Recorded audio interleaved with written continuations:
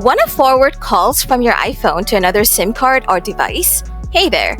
Setting up call forwarding on your iPhone is a breeze. I'll walk you through the steps so you can get it sorted quickly. Let's dive into how to configure call forwarding on your iPhone. To get started, open the Settings app on your iPhone. Scroll down and tap on Phone. After that, scroll down until you find Call Forwarding. When you are on the call forwarding screen, turn off the toggle switch. Now, turn the toggle switch back on. You should now see an option called Forward To. Enter the phone number where you want your calls to be forwarded. After a few seconds, you'll notice that the number has been added to your call forwarding list.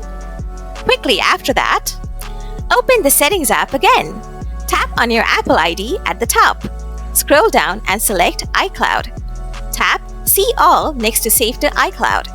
Find the phone app in the list. Make sure it's turned on. If it's already on, turn it off and then back on again. Now you're all set. Every time you receive a call on this device, it will be forwarded to the number you configured.